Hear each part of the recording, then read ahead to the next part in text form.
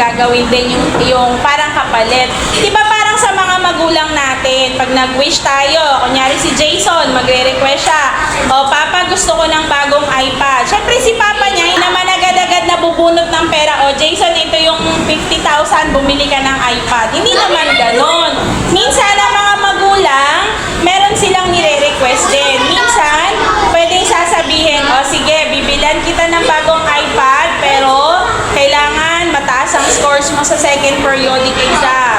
O di kaya, o sige, pag naka-perfect si Pauline sa 3 subject, bagong iPad.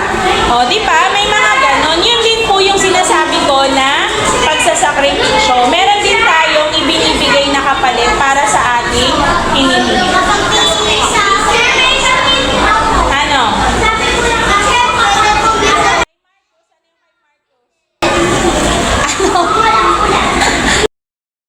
Ano nangyari?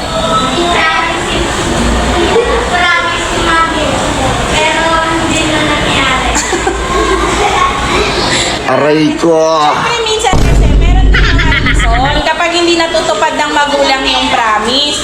Malay mo naman sa mga susunod, baka wala pa kasing budget, di ba? Baka hindi pa